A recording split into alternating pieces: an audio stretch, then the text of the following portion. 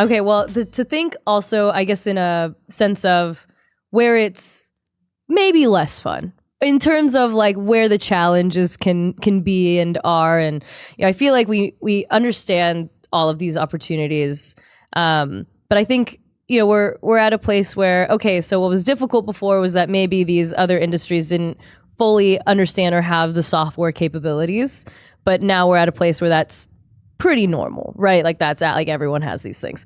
But is it the educational side of it that's maybe more difficult? Is it, I mean, I find that in my universe, but slightly different, but.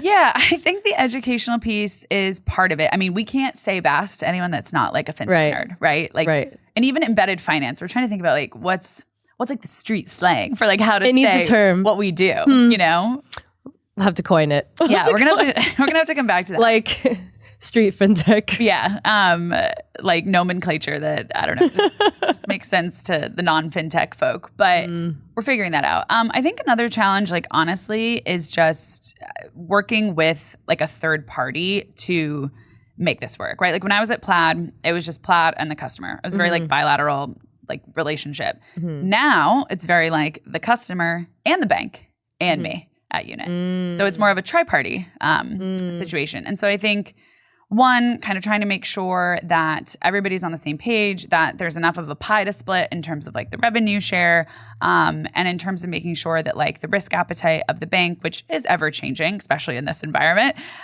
like works with the use case and the customer that we're trying to win over at Unit is like all aligned.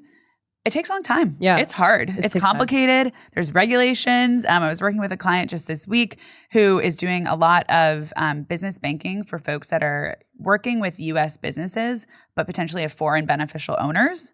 And the challenge of getting an EIN if you don't have a social security number, right? Like it's this whole thing. And so I find that like every other day, I'm like, wow, I'm learning so much more about bank compliance than like I ever thought I would know having left a bank. Like I no longer work at a bank, but now I'm like knee deep in, KYB flows and AML, like all this stuff, which is interesting, but of course like does have its challenges. Right. I mean, well, and I think it's just being kind of waking up every day and being open to learn, like having that kind of hunger to learn, which is a natural thing that anyone who works in fintech should have. And I think a lot of people do. Do. I mean, there's a ton to learn. Like I still feel like every day I'm like, whoa, that's a whole nother area I would like love to dive into.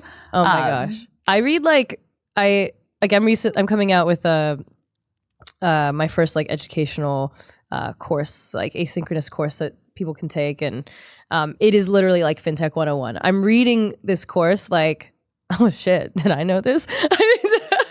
I'm like putting this thing together and I'm just like, oh, I mean, I could have really used this refresher.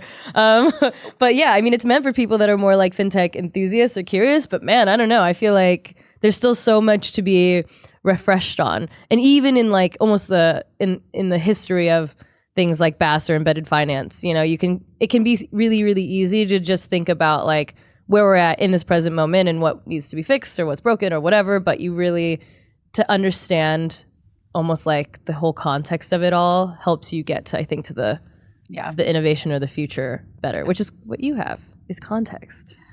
I got a bit of context. No, I mean, it's funny though, like you go so deep in something like aggregation at Plaid, right? And you're like, okay, my job was to be an expert in that, like studied really hard, learned. I mean, I knew nothing coming in from bond trading, like totally different world. Oh my gosh.